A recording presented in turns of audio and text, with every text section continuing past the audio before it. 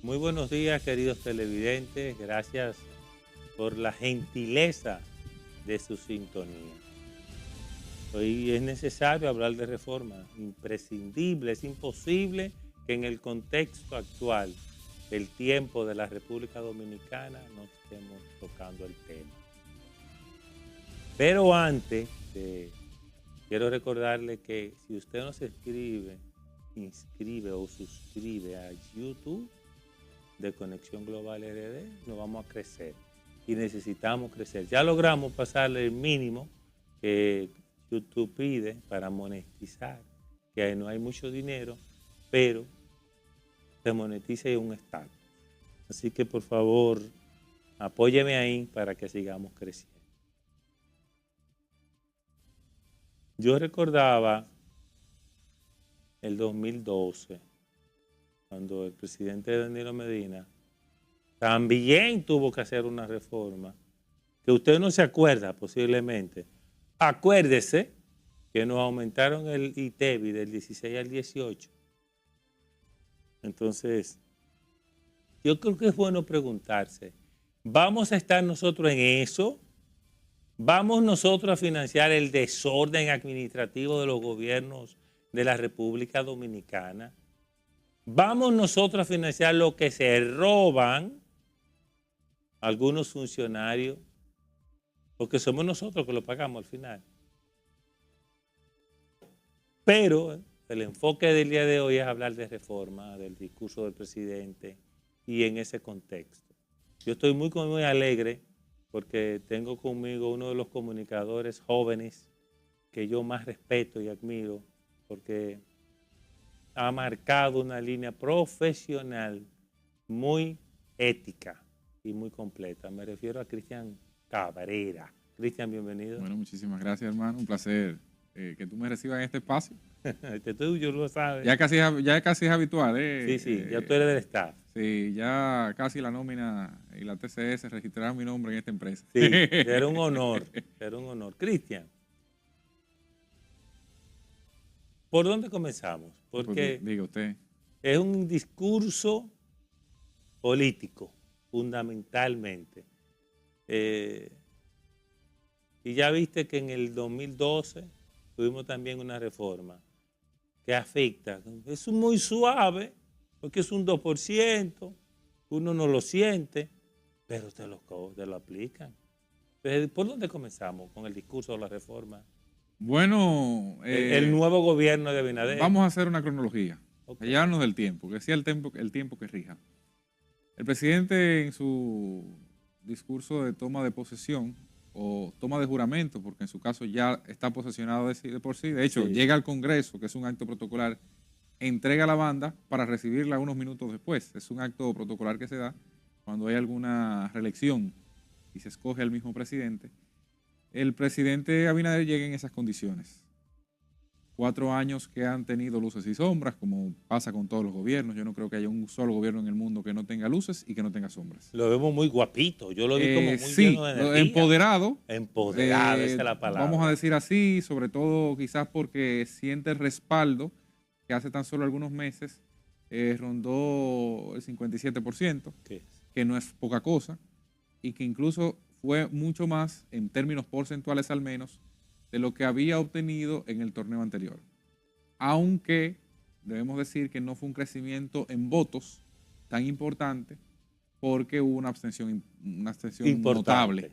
Entonces, en esa separación, bueno, un 52 de una elección con una participación más o menos decente, que fue la de 2020, y ahora toca un 57, pero con menor participación, en términos de caudal de votos, hay una valoración muy similar a la anterior. Sin embargo, logró llevar mucha gente a votar.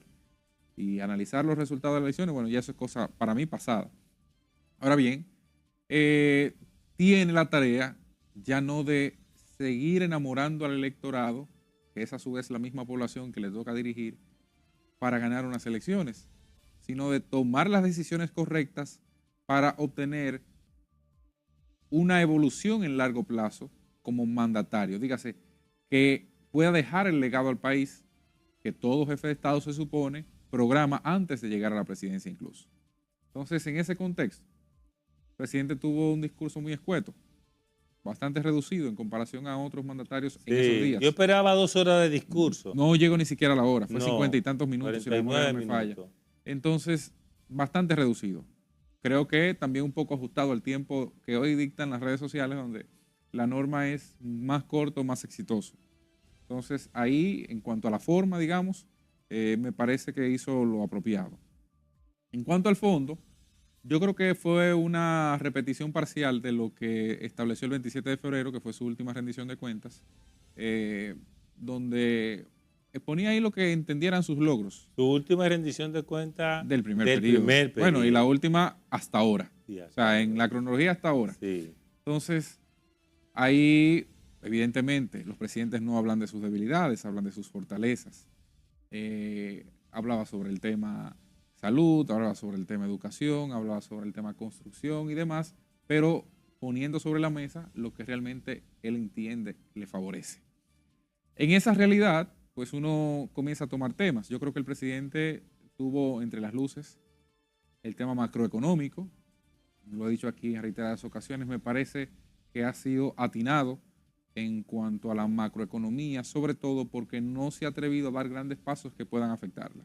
No hay una reforma, o sea, lo que ha continuado es lo mismo que recibió en materia macroeconómica con una interrupción llamada pandemia por COVID-19.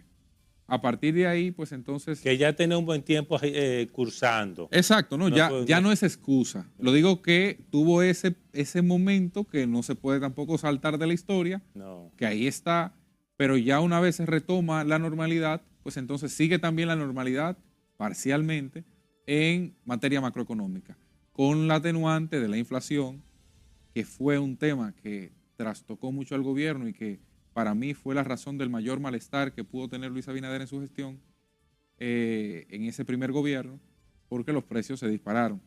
Y el tema con la inflación no es solo que los precios suben, es que no vuelven a bajar. Es una inflación global. Sí, pero aquí en República Dominicana tuvimos la tercera inflación más alta en ese cuatrenio de toda América Latina. Dígase que no fue solo el factor global, estuvimos por encima del promedio, o sea que mal manejamos parcialmente la inflación en comparación con nuestra región. Y eso es un elemento que vale la pena tomar en consideración. Aunque reitero, el crecimiento económico un poco compensa eso porque tuvimos un crecimiento por encima de la región en ese sentido.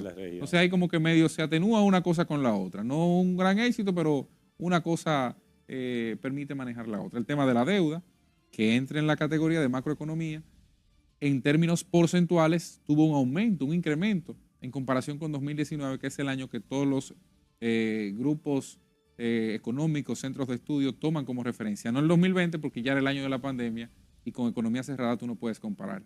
Y ahí sí hay una manipulación parcial de la información, porque si comparas con el 20, evidentemente vas a estar exitoso. Porque si un colmado no existe, aunque se vendan 2 pesos al día siguiente de fundado, es mucho más exitoso que antes de existir. O sea, el cero no es comparado con nada. Y en 2020 la economía fue cero prácticamente en el mundo. Entonces, cuando se dan esas comparaciones, pueden resultar incluso odiosas para una buena parte de la población. Tema sanitario, la emergencia ya se puede dar por concluida, digamos que con relativo éxito. Fuimos uno de los países que logró aplacar en materia de salud algunos temas que limitaban nuestra actividad económica. Porque el gran problema con la pandemia no era que la economía estaba así porque sí, sino porque había una condición de salud que impactaba el ámbito económico. Entonces, ya una vez superada la pandemia, pues entonces llega el momento de aplicar las políticas reales. El presidente perdió un año por producto de la pandemia, que hay que tenerlo presente y no puede ser obviado. Paralelo a la inexperiencia de ser claro, presidente. O sea, le tocó un doble switch porque era la curva de aprendizaje por la misma pandemia. Sí. Entonces, además, una curva de aprendizaje en la que no tenía un referente cercano para apoyarse, porque la última vez que su equipo de trabajo, digamos, estuvo cerca del gobierno fue hace 16 años. Sí. En ese momento, a la sazón. Entonces, no había un referente cercano de gente cercana a ti a su vez que pudiera operar el Estado. Y sobre todo un Estado que se transformó muchísimo durante ese tiempo, el tema de la nómina pública, empleados de carrera, el tema de los préstamos, de acceso a información, etc. Entonces, todo eso impactó de alguna forma el resultado que tuvo sencillamente como gobernante. El tema educativo yo creo que ha sido un gran hándicap, porque aunque tuvimos una ligera mejoría en los índices de PISA, cuando uno analiza los índices locales, casi todos desmejoraron, lamentablemente. Y contrario a lo que mucha gente pudiera creer, el momento de administración de Roberto Fulcar fue cuando logró estabilidad o un pequeñito índice de mejoría. Ahora que hay menos ruido, resulta que hay un decrecimiento en la capacidad intelectual de los jóvenes y niños que cursan las aulas en República Dominicana. Entonces, yo creo que es un tema que es un hándicap, sobre todo porque aquí yo siento que en educación seguimos poniendo parches. Pero sigue siendo el mismo problema, el currículum. Para mí es multifactorial. Entre otros, pero fundamentalmente. Para mí es multifactorial. Yo creo que aquí no se ha iniciado y ahí seguimos poniendo parches en temas en los que debemos hacer transformaciones. Exacto. O sea, muy buena forma debemos de decirlo. competir con el mundo. Mientras el mundo está ya casi saltando, quizás el modelo más exitoso en los últimos años es el modelo STEAM, ciencias, tecnologías, matemáticas, artes, y se me queda uno, y tecnología. Ciencia, tecnología, matemáticas, bueno. Y ya el mundo está saltando ese proceso. Nosotros no hemos ni siquiera entrado. No. A pesar de que en los proyectos pilotos, en los pocos lugares donde comienza a desarrollarse en República Dominicana, ese modelo educativo comienza a dar resultados. Entonces, República Dominicana, teniendo deficiencia de matemática, no va a ser competitiva. Y eso es un tema que debemos mejorar. Eso incluye la currícula, pero incluye profesores que tienen faltas de pensamiento, faltas ortofónicas, niños que tienen lagunas mentales importantes, padres que no se aplican en la formación de sus propios hijos por compromisos laborales y de la economía de hoy, o en su defecto por sencillamente descuido. Estado débil en continuidad. También. Porque ese no es una solución de 4 años. Claro. Entonces, ya nosotros tenemos una década y un poquito más de aplicación del 4% de la educación. Algo debió verse. Debió verse. Sin embargo, nosotros seguimos buscando temas donde gastar que no aportan real y efectivamente a la formación del estudiante, al resultado final, que es el estudiante. Seguimos aumentando salario a los maestros, seguimos buscando vehículos para echar combustible y demás, y transportar los estudiantes. Seguimos buscando alimentos. Cuando la fiebre no está en la sábana, se necesita un poco de la capacidad de los maestros para que ese conocimiento pueda ser contagiado a los estudiantes y a su vez estos puedan transformar la sociedad cuando ya se conviertan en entes productivos para el país. Ahí los 3 grandes temas, digamos, que cualquier nación debe ver. Yo entiendo que el presidente Abinader hizo un gran esfuerzo también por mantener, como tú dijiste, empoderado, pero al mismo tiempo motivado el país. O sea, es normal que tú tengas que aprovechar esa oportunidad, que no la puedes usar todo el tiempo, para de alguna manera dirigirte al pueblo, pero con un mensaje positivo. Todos estamos muy bien, porque cada vez yo estaba pensando, cuando vimos a Danilo, el mejor país del mundo. Sí, todos los presidentes tienden a construir el mejor Leonel con el mejor país del mundo. Sí, claro. Hasta Hipólito. Y ya sabemos cómo Hipólito nos entregó al país. O sea, que ellos aprovechan la coyuntura para exagerar un poco, diría yo. Y que es un espacio para lucirse, es un espacio del presidente. Es un espacio del presidente. Es un espacio del presidente. De eso no hay dudas.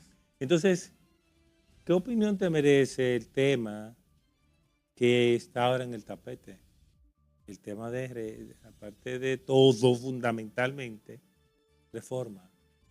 Reforma cuando hace 12 años nos hicieron una reforma que afectó fundamentalmente al ITEVI. Entonces, yo decía en el introito, vamos a estar nosotros los dominicanos, civiles, los que tenemos conciencia, todo el tiempo pagando los platos rotos de otros. Esa reforma a la que te refieres es la reforma fiscal, que aunque no ha habido todavía de parte del gobierno una propuesta definitiva, a diferencia de la constitucional que quizás la priorizó para mí erróneamente, porque la reforma fiscal hoy día no es necesaria como como la veo concebida por parte del gobierno. De hecho, para mí la reforma constitucional es una reforma política económica, porque lo que se busca, uno de los planteamientos que se ha colocado sobre la mesa es el tema del ahorro, cuando hay otros elementos que pueden dar más ahorro sin tener que tocar la Constitución. Pero en el ámbito de la reforma fiscal, me parece que República Dominicana tiene un gran problema de manejo y de administración de sus fondos. Y eso atañe exclusivamente a falta de gerencia y eficiencia en la administración del Estado y a un gasto excesivo desde el propio Estado también. Además de que la contraparte, que es la ciudadana, termina el ciudadano evadiendo una buena parte de lo que debe pagar. Y se habla de más de un 40%. Exacto. Sobre todo eso va a... el mercado informal. Claro. Entonces, veamos por un lado. El gobierno se ha planteado una reforma fiscal. Todavía, reitero, no hay un depósito, pero se sabe que se busca. 300.000 millones de pesos, que es el monto que tenemos como déficit hoy. Esa reforma fiscal viene sobre todo no porque no se pueda seguir tomando prestado. Es que ya República Dominicana ha entrado en una condición donde tomar prestado, seguir con ese ritmo económico, representa una amenaza para su estabilidad macroeconómica. Dígase, el factor de riesgo que significa para cualquier mercado internacional prestarle a la República Dominicana es mucho mayor. Y eso debe ser manejado a partir de una mayor recaudación. Entonces, previo a eso, ¿qué yo creo que debe ser el mensaje del gobierno? En vez de usted plantearle, cobrarle más impuestos a la misma gente que siempre lo ha pagado, usted debe pensar en que los que siempre han gastado, gasten menos. Cuando una persona la botan del trabajo por cualquier situación, la despiden, ¿cuál es la decisión primera que toma? Contraer el gasto. Se sienta en la casa con su esposa, con sus hijos y comienza a decir, aquí tenemos un plan de internet que me cuesta 5,000 pesos, vamos a cogerle 3,000. Aquí compramos en el supermercado carne Angus o Wagyu, vamos a coger criolla para reducir los montos. Aquí vamos al restaurante 8 veces al mes, o sea, cada fin de semana, sábado y domingo. A partir de ahora vamos 2 veces al mes. Y ahí comienza a recortar los gastos y con eso envía un mensaje a la casa de que no hay dinero. Poner la casa en orden. En plan poner la casa en orden en tema económico. ¿Qué ha pasado con el gobierno? Contrario a eso, ha aumentado la nómina pública, que es el primer gasto corriente. 70,000 empleados más. Yo te quiero pedir permiso para pasar a la primera pausa comercial, claro, para que conectemos cuando entremos a ese punto. Perfecto. 70,000 empleados 70,000 empleados nuevos. Quédese con nosotros para entender qué es lo que Cristian nos está diciendo al respecto de 70,000 empleados nuevos que tiene el gobierno, hablando de reforma fiscal. Volvemos en breve. Con Cristian Cabrera, periodista, analista, estamos hablando sobre el discurso del presidente Abinader y las propuestas que él anunció de reformas, que son varias. Inicialmente tocamos por el curso de la conversación sobre la tributaria. Entonces, por supuesto, queremos tocar las que el presidente propuso. Así que esta vez veamos cómo conectamos con la información de que, entre otras cosas, Cristian informa que solo en empleados públicos nuevos hay 70,000, señalando el gasto público, entre otras cosas. ¿Lo entendí bien, Cristian? Sí, 70,000 empleados. 60 o 70. 70. Eso es mucho. Es mucha más gente. Lo que hay que no pudieron salir. Exacto, ahí es que voy. ¿Qué ocurre? El PRM encontró un estado que se había modernizado mucho en el sentido de que no era tan fácil como antes usted despedir a un empleado. No. En esencia porque hay una cosa llamada carrera administrativa. Sí. Y en la carrera está la gente que para la que el Estado pagó para formar, desarrolló en ciertas áreas, que es un personal casi imprescindible para el buen curso de las instituciones del Estado. en las instituciones que precisamente se prescindió de ese servicio son las que hoy tienen grandes problemas, porque el servicio falla, que si pasaporte duró un tiempo con graves problemas, que si allí se me hacen fila por esto, porque la gente que llegaba no sabía cómo manejarlo. Tenía Entonces, que aprender. 70,000 nuevos empleados para cumplir con el aspecto político, contrario a lo que ha dicho el presidente de que el Estado no es un botín político, parece que choca un poco con ese discurso. Estamos hablando de los últimos 4 años. A eso hay que sumarle que, por ejemplo, cuando me dicen, no, pero vamos a hacer una reforma fiscal, bueno, yo te acepto si recibo un mensaje de que hay austeridad de doble vía, pero me crean instituciones del Estado que consumirán más personal. Aun cuando el presidente, en un criterio con el que yo coincido, había casi jurado que el Estado se tenía que hacer más pequeño. Me crean nuevas instituciones con un Estado más, cuando se busca hacer un Estado más pequeño, es contradictorio. Entonces... bueno, no sé si te diste cuenta que el miércoles pasado hicieron varios decretos, varios nombramientos de director hasta de las circunvalaciones. Sí. Y yo dije, pero Dios mío. Embellecimiento de carreteras. Y sí, una serie esas son instituciones que están ahí. Y decía una colega que, por ejemplo, hay una, creo que la ODC, una de esas, no recuerdo, que tiene un presupuesto de 240,000 pesos mensuales. Ya sabes. Entonces, yo creo que el Estado tiene millones, perdón, 240 sí. millones sí. de pesos. Sí. O sea que tú te das cuenta que hay como hay una dicotomía entre la palabra y los hechos. Entonces, eso por un lado. Bueno, pero si el Estado no es un botín político, ¿por qué razón, coincidencialmente, en los meses de campaña, febrero y mayo, esencialmente en ese margen, por ejemplo, los gastos de Internet del gobierno, en pago de Internet y consumo de televisión, se dispararon a 24 veces el valor original que tenía en gasto mes a mes, a un punto que llegamos a pagar casi 900 millones de pesos en un mes por servicios de Internet en las instituciones del Estado. Entonces me dice, hay una dicotomía allí, hay una contradicción entre un planteamiento y otro. Eso es gasto corriente, o sea, eso no es inversión. Eso yo no lo veré en 10 años que me desarrolló una comunidad que ahora puede vender aguacates, por decir algo, y exportarlos al extranjero y eso generar una renta que permite el desarrollo. No. Que pague impuestos. No. Eso no retorna. Eso se perdió. Eso es un dinero perdido. Por ejemplo, el gasto en vestimenta del gobierno en febrero llegó a multiplicarse por 10 en comparación con febrero del año anterior. Hay una razón política, parecer, detrás de eso. Entonces... O una coincidencia. O una coincidencia, pero ¿qué coincidencia es? ¿O cuántas coincidencias, verdad? Salieron los pagos, ¿qué pasó? Entonces, sí. Todo eso impacta en el resultado final, en el manejo final de lo que está sucediendo en este aspecto y yo creo que debe ser tomado en consideración para poder justificarle al electorado lo que hay. O sea, es muy difícil usted decirle que a la los gente, hechos sacrifícate el bolsillo cuando yo estoy gastando más. Que los hechos coincidan con lo que se dice. Si usted, para citarle el caso que antes de la pausa mencionábamos, es despedido de un trabajo y le dice a su esposa que no va a poder comer carne angus, que era la que comía, que van a dejar de ir al restaurante, que van a hacer tal cosa. Y usted que tenía un Toyota Corolla, por decir algo, cambia a una Lexus en ese año, pues hay una dicotomía. Pues, ¿cómo tú me reduces aquí para cambiarme un vehículo de lujo? Hay un fallo. Eso pasa con el Estado hoy. Y si ese mensaje no se circunscribe a los hechos, podría romperse y quebrar la dinámica social, que es, yo creo, el gran éxito de República Dominicana. Esa paz, esa estabilidad que manifiesta frente al mundo, que sirve para atraer inversiones, que sirve para generar buen desarrollo. Entonces, creo que ahí se pierde un poco.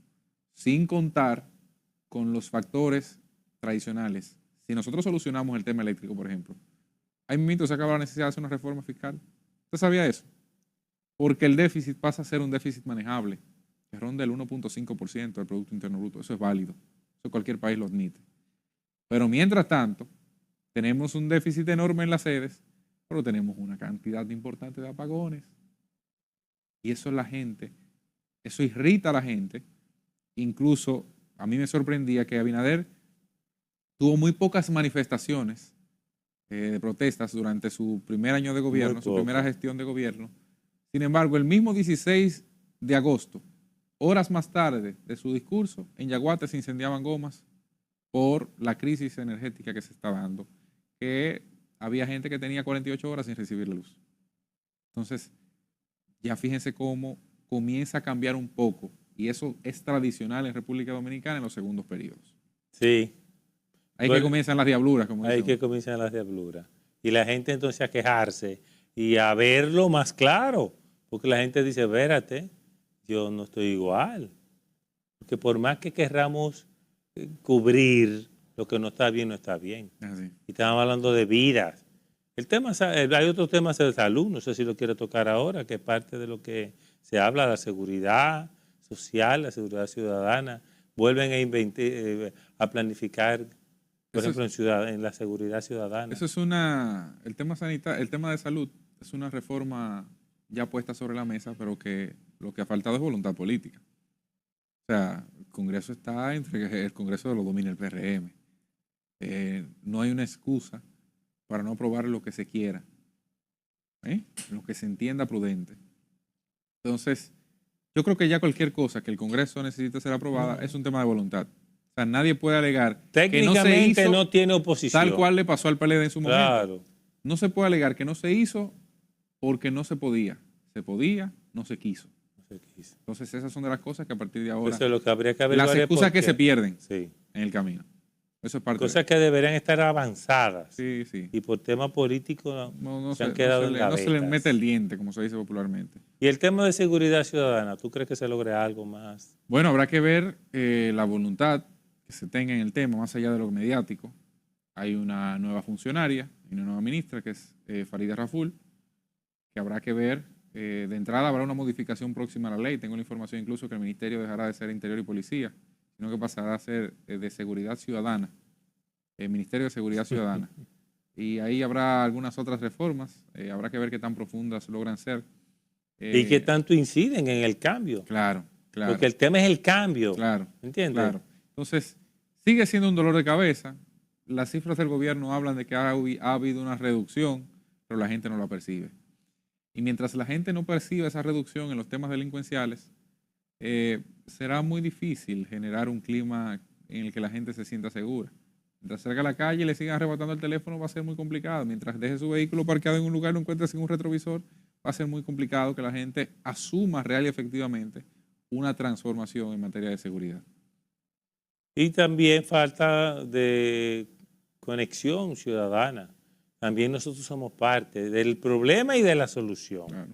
¿Por qué? Porque, por ejemplo, yo veo a veces muy jóvenes, mujeres, hombres, cualquiera, que tú te das cuenta que se está exponiendo con el celular hablando. Sí, pero yo no creo en la criminalización del ciudadano, o no la criminalización, vamos a cambiar el término.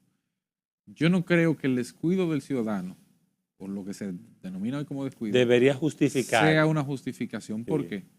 Porque es que... ¿Esa es tu libertad? Yo hago lo mismo en Europa y no me pasa. Y no pasa. O sea, yo caminar en cualquier calle de Madrid, salvo uno que otro, ¿verdad? Otro espacio, pero ni siquiera, no me significa que un motorista me pase por el lado y me arrebate el teléfono. Entonces, eso es parte de la libertad. Sí, claro, que en la condición social... Pero importado. Pero es muy extraño. O sea, no es lo habitual. Es importado. Sí, no es habitual. Viene de otros lugares. Es habitual. Entonces, como hay una ruptura de eso, se tiende a decir, no, pero hubo un descuido. Yo creo que no. Yo creo que aunque aquí hay cultura de protección, de autoprotección, pero es que lo normal no es que te arrebaten un teléfono o que tú dejes un vehículo parqueado en la calle y que te arrebaten el retrovisor. Me parece interesante cómo lo abordas. O los emblemas. Porque al final, fortalecer eso es coaccionar a la persona. Ahora, si es responsabilidad del ciudadano que vea un asalto y lo informe a la policía.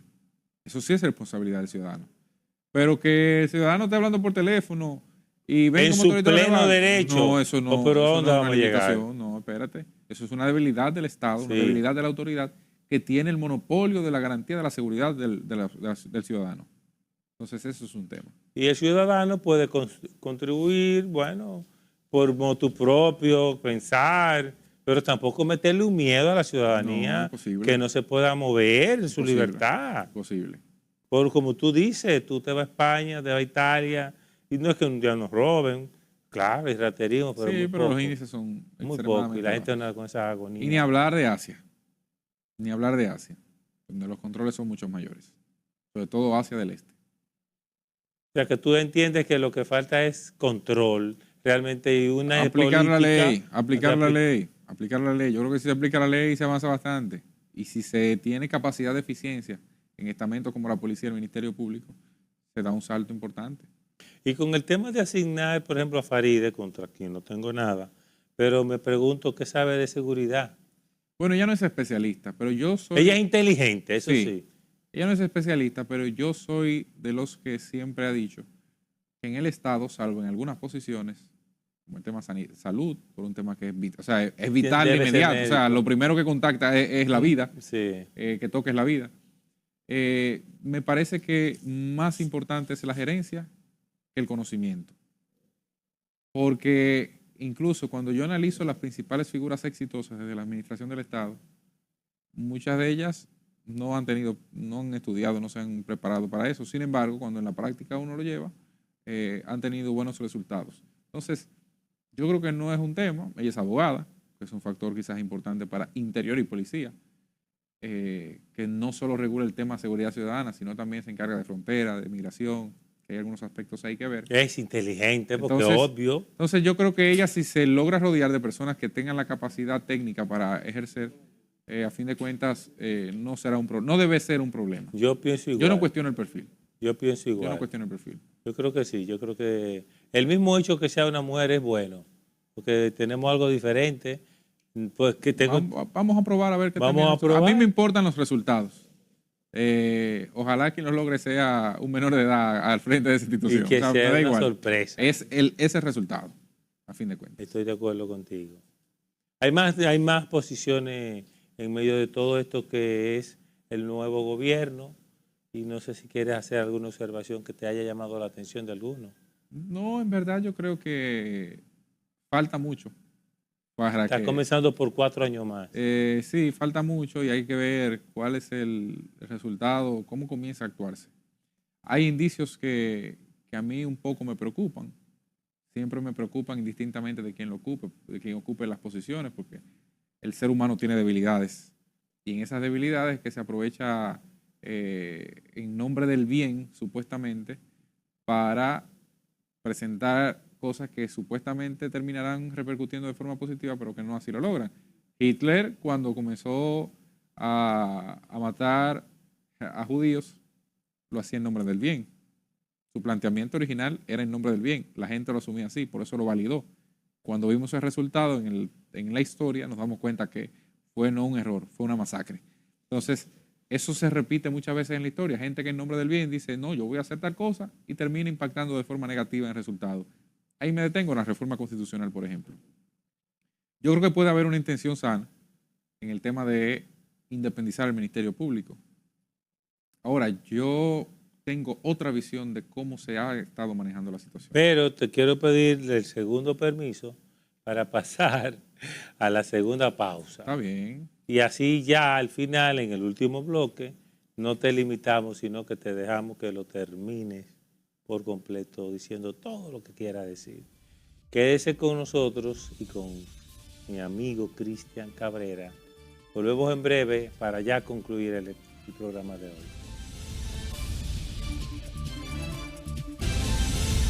Bueno, terminando ya el programa de hoy, agradecemos la gentileza de su sintonía y les recordamos que estamos siempre aquí en Conexión Global RD a los sábados a las 10 de la mañana y permanentemente luego en YouTube. Así que contamos con su sintonía. Nada, terminando, Cristian estaba hablando del tema de la reforma constitucional. Y nada, tenemos espacio para escucharte, Cristian. Sí, yo hablaba sobre buenas intenciones. Los candados intenciones que pueden... ¿Cuántos candados que van? Bueno, hay que ver cómo termina siendo. Yo hablaba sobre las buenas intenciones que pueden convertirse en un grave error. Que pueden ser una masacre incluso, comparándolo con Hitler. ¿Qué resulta? Que, por ejemplo, detengámonos en el Ministerio Público.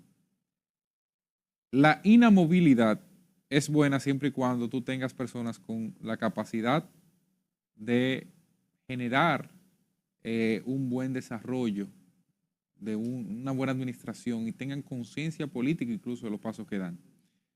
Porque toda institución, todo poder público, de hecho, tiene un contrapeso para que no se desborde. Generar inamovilidad puede ser de 3 días. Generar inamovilidad en una institución del Estado es prácticamente convertirla en un extrapoder o darle rango constitucional. Y tú tendrías la categorización similar al Poder Ejecutivo, al Poder Legislativo, Poder Judicial, y tendría que decir Junta Central Electoral y Ministerio Público, por ejemplo. Entonces, la gente dice, sí, eso va a permitir que se luche contra la corrupción. Probablemente sí. Ahora, cuando analizamos, veamos un caso cercano, Guatemala. En Guatemala, la fiscal que tiene inamovilidad, resulta que ahora, porque su candidato presidencial no ganó las elecciones, ella pretende anular las elecciones. Oye esto, anular las elecciones a partir de un juicio, de llevarlo a la justicia y que con eso se revierta lo que la voluntad del pueblo expresó en las urnas. O sea, prácticamente un golpe de Estado desde una institución que está, se supone, subyúdice del Poder Ejecutivo. Pero como no la puedes moldear, está a punto de estallar una crisis política. En Perú, varios de los casos que se presentan es precisamente porque la Fiscalía, por esa libertad que le da, operó contra un presidente llevándole la inestabilidad a un punto de que la gente se lanzó a la calle y nadie quiere llevar 2 pesos a Perú a invertirlo. Entonces, yo estoy de acuerdo con que los expresidentes, si algo cometieron, sean llevados a la justicia. Claro que sí. Ahora, yo siempre he dicho, yo prefiero una sociedad, y sonará feo, lo advierto, pero yo prefiero una sociedad en la que se robe, pero que haya garantía de vida, que haya garantía de desarrollo. Porque si tú te me robas 1.000 millones, pero me entran 10.000, yo sé que tengo un costo. Y hay que luchar contra ese costo. Ahora, si no se roba un peso, pero no entra un solo tampoco, y al contrario salen, ahí es peor. No hay una sola sociedad en el mundo donde no se tenga actos de corrupción. No. Una sola no hay en el mundo. No. Ni la China, que la gente dice, no, ni en Singapur, no existe. Eso es por un lado. Cuando uno analiza los países que tienen mayor índice de transparencia o que se entienden mejores en el combate de la corrupción, pues fíjese qué sorpresa, ninguno de ellos tienen una procuraduría independiente.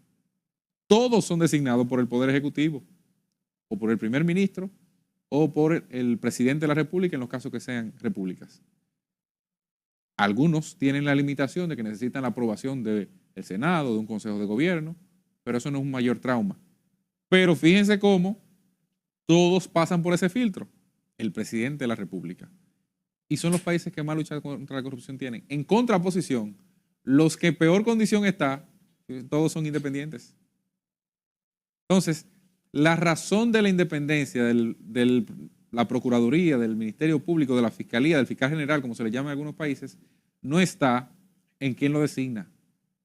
Está en la capacidad y la honradez, el peso de la falda y el pantalón que tengan esos incumbentes. Quien sea. Quien sea. El nombre que sea. Sí. Si son serios, sea el presidente Abinader, sea el presidente Leonel o sea el presidente Juan Pérez. Pero la inamovilidad ha sido aplicada, por ejemplo, a las altas cortes. Sí, pero en las altas cortes tienen otro sentido. Primero porque las altas cortes y no han son dado agua de dependientes. beber también, ¿eh? Las altas cortes no son dependientes del Poder Ejecutivo. Y segundo, las altas cortes no pueden iniciar un proceso que genere desestabilización. Son organismos colegiados, donde tú tienes que convencer a muchos para obtener un resultado. Entonces, fíjense que hay un contrapeso, un balance, porque siempre el truco está en lograr el balance. Hay un balance que permite que no se vaya un poco más allá de la raya el resultado. Por eso es que aquí en República Dominicana, quien en el balance de poderes queda por encima, ese es el Ejecutivo. Y por eso casi siempre las crisis políticas se inician por el Poder Ejecutivo. Aquí nunca usted ha escuchado que una crisis política inició porque quisieron sacar a un diputado. No. Porque quisieron sacar a un juez. Hasta ahora no. Siempre vienen porque el Ejecutivo quiso o extenderse en su mandato o quiso tomar decisiones que no le competen. Entonces, ahí entonces sí se producen las crisis políticas. Fíjense, eso es parte de lo que se da en países que no tienen ese control entre una y otra institución. Ahí ese es uno de los puntos del Ministerio Público. El candado a la Constitución para la reelección, para un tercer periodo consecutivo. Sí. República Dominicana tiene ya en su Constitución 2 periodos y nunca más. Si bien es cierto que yo estoy de acuerdo en ese modelo, para mí es el modelo ideal, porque permite, por una razón sencilla, permite que un presidente pueda cumplir con su obra siempre y cuando la población se sienta satisfecha, porque 4 años podrían ser insuficientes, y le da la oportunidad al electorado de que si en 4 años no cumplió, sacarlo por la vía democrática, que eso también garantiza estabilidad. Ese modelo es perfecto para mí, o el menos malo. Yo siento que en democracia no hay perfección, sí, sino que se va construyendo y tú manejas. Ese modelo tiene ya la consagración en la Constitución. Queremos eternizarlo, queremos fortalecerlo. No puedes darle categoría de modelo constitutivo de la República. Me explico. No puede ser eso, no puedes establecerlo en la Constitución con el carácter de pétreo. No puedes fijarlo, porque la República Dominicana no nació con ese modelo. Ahora, cuando tú dices, no, República Dominicana nació siendo república, siendo civil, siendo un Estado social, eso sí tú puedes casi congelarlo en la Constitución. Pero ¿y si mañana, bajo esa premisa, por la firmeza, viene un militar y da un golpe de Estado y la República Dominicana tiene una transformación impensable? Usted sabe que ese modelo que está ahí puede terminar afectándonos más que conveniéndonos. Porque el Congreso que venga va a decir no, tierra arrasada, y borra la Constitución en pleno. Entonces las constituciones tienen que ser fuertes, pero fuertes en institucionalidad y en costumbre, no fuertes en el carácter pétreo que pueda tener. Entonces, ¿yo qué propondría? Vamos a buscar un modelo. Me pareció correcto que el presidente no tocara el artículo 124, sino que buscara en otro artículo congelarlo. Sin embargo, yo no estoy de acuerdo con el congelamiento. Yo plantearía que para reformar ese artículo se necesite una mayoría más importante, más cualificada de la que hoy se tiene, que son 2/3 partes. Yo te diría, bueno, vamos a buscar 3/4 partes. ¿Se puede lograr? Sí, cualquier político. De hecho, el presidente tiene hoy más de 3/4 partes. Ahora, eso le da mayor carácter de dificultad. Lo limita un poco. Lo limita un poco más. Sí. 4/5 partes, bueno, vamos a coger ese modelo. Entonces yo creo que eso... Lo limita, pero no lo detiene. No lo detiene, pero lo humano no lo detiene de nadie. Pero Dios. Exacto, lo malo no lo va a detener nadie. O sea, si mañana llega un dictador, va a atropellar esa constitución, va a hacer una nueva, va a hacer la suya porque es su modelo. Reconozcamos algo, casi siempre los presidentes que quieren llegar más allá de lo que la Constitución le otorga la oportunidad, o tienen mayoría o tienen mucho dinero para repartir en el Congreso. Para voltear voluntades. Punto. Eso es lo que han hecho siempre. Entonces, hubo gente que cuando llamó Pompeo tenía ya los cuartos en la mano y no lo devolvió. Ya el trabajo está hecho. El problema tuyo que tú no me lo hayas pedido. Millones de pesos. Tú me contrataste. Millones de pesos. Oigan esto, me contrataste, pero yo el trabajo no sé. Yo no tengo que ver con eso. Yo gasté eso ya. Entonces, yo te entiendo, Cristian, porque yo sé que el que lo quiera hacer va a buscar la manera, y es porque tiene el soporte. Así. ¿Entiendes? Así. Yo estoy de acuerdo contigo. Entonces, ahí ya tocamos 2 de los puntos. Tercer y cuarto punto, reducción de los diputados. Yo estoy absolutamente de acuerdo con que la Cámara de Diputados sea reducida. De hecho, yo también. Yo estoy de acuerdo incluso con que el Senado de la República sea reducido. Yo apoyo. ¿Y usted? Ahora, ¿bajo cuál criterio?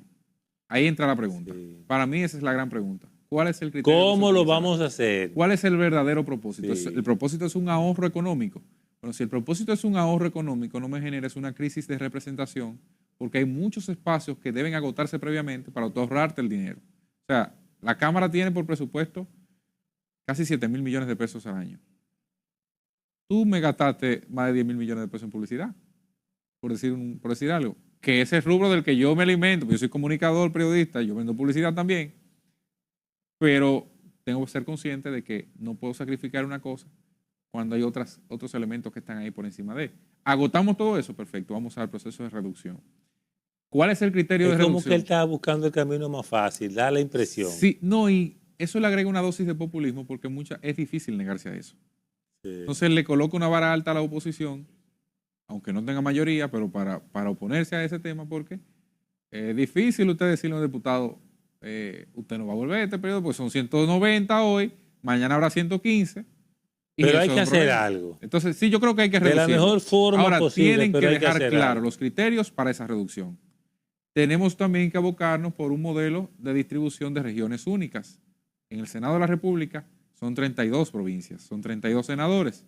El modelo de regiones únicas que debe ser es de 10 senadurías, para mí, 10 a 12, por ahí anda, a partir de regiones, de elementos naturales económicos que permitan eso. Porque parecería que todo... Entonces tú no puedes tenerme como los elementos ahí. Otro elemento en ese proyecto de reforma. ¿Por qué aumentarme los diputados nacionales que no lo escoge la población directamente? Lo escogen los políticos. Ellos. Entonces, tú me dices, sí hay que reducir, pero me pasa de 5 a 20 los diputados nacionales que una elección tranquea un cuarto cerrado con una lista que dice, no, es Manuel Escalante que va, y se lo imponen a la gente. Y se lo imponen a la gente. También. Entonces, Parlacén, vamos a hacer un balance de positividad de factor cero. ¿Me es positivo el Parlacén? ¿Me resta? La relación costo-beneficio, ¿cuál es? Si hay una relación positiva, pues vamos a dejarlo. Si hay una relación negativa, vamos a cerrar eso. Entonces, todos esos elementos hay que tomarlo en cuenta y explicárselo a la población. Eso no se ha producido. Por eso yo digo, estoy de acuerdo en el propósito, mas no en el resultado. Entonces, ¿cuál es el cuarto elemento que se queda de la reforma constitucional? Hablamos del candado, hablamos del Ministerio Público, hablamos de la unificación de las elecciones. No, y la seguridad social. No, pero eso no está contenido en la reforma constitucional. No. La unificación de las elecciones. Cuarto la unificación de las elecciones. De la reforma constitucional. Yo también estoy de acuerdo con eso. Yo tengo un criterio compartido. Yo estoy de acuerdo en que el modelo actual no es correcto. Yo tengo esa cláusula que incluso lo tengo por escrito. Pero no es que lo dije y la palabra se la lleva el viento. En uno de mis artículos en el Listín Diario lo planteaba. El modelo actual tiene todo lo negativo que puede tener modelo alguno. Porque nos cuesta el doble, porque hay una separación de las elecciones, pero tampoco nos da el balance que dan unas elecciones separadas por 2 años, porque no ha pasado el tiempo suficiente para existir una validación. Son 3 meses que hay de división. En la práctica no existe una división. De hecho, influencia el resultado. Lo comprobamos en 20, lo comprobamos en el 24. Entonces, ¿cuál es el planteamiento para mí? O la unificamos totales, o la separamos por 2 años. Me gusta más ese modelo, aunque sea un poco más costoso, porque yo prefiero tener una democracia cara, pero que resulte, no como la de Haití, que es barata, pero no sirve para nada. Como estuvo un tiempo. Como estuvo un tiempo, porque eso te da también la oportunidad de generar contrapeso. A Leonel, en el 96-2000, fue el gobierno que menos préstamos tomó, pero no porque no quería tomar préstamos, es que tenía el Congreso del PRD y le hacía contrapeso y lo obligó a ser eficiente en el gasto. Y fue el único gobierno. Si tú tienes la libertad plena, el único gobierno en los últimos 30 años que tuvo una balanza positiva en comparación a la deuda, o sea que dejó menos deuda que la que recibió en términos porcentuales, fue el de Leonel Fernández en el 96-2000, porque el Congreso estaba en contra y no te pasaba los préstamos. Te obligó a ser eficiente. A partir de ahí, Hipólito llega en el 2000, pero en el 2002 le cambian el Congreso. Sí.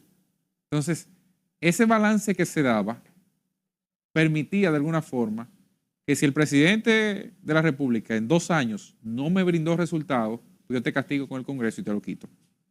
Y te obligo a gobernar de forma eficiente para retener el poder 2 años después. Pero hay algo que esas elecciones no llaman la atención con tantísimo. Sí, no la llaman. Es mucho dinero. Es que la democracia cuesta. Para un país que tiene 1 billón de presupuesto. Bueno, un país de ladrones, sí. Para un país que tiene 1 billón de Producto Interno Bruto.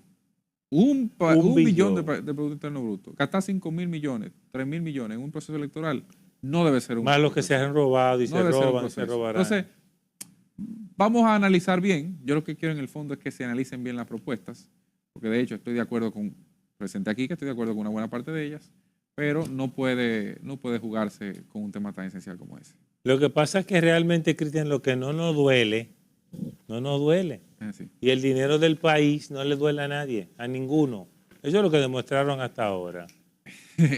Aquí hay dice un funcionario del gobierno, que aquí en todos los sectores de la sociedad, en el ADN tienen el hurto como norma.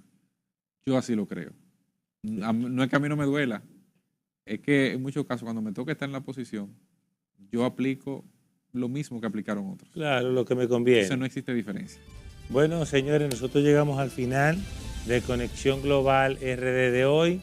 Agradecido de nuevo por su sintonía y por supuesto muy agradecido de Cristian Cabrera, que siempre cuando puede sacar ese momentito nos acompaña. Cristian, gracias por venir. Muchas gracias, hermano. De verdad. Hasta la próxima. Nos vemos.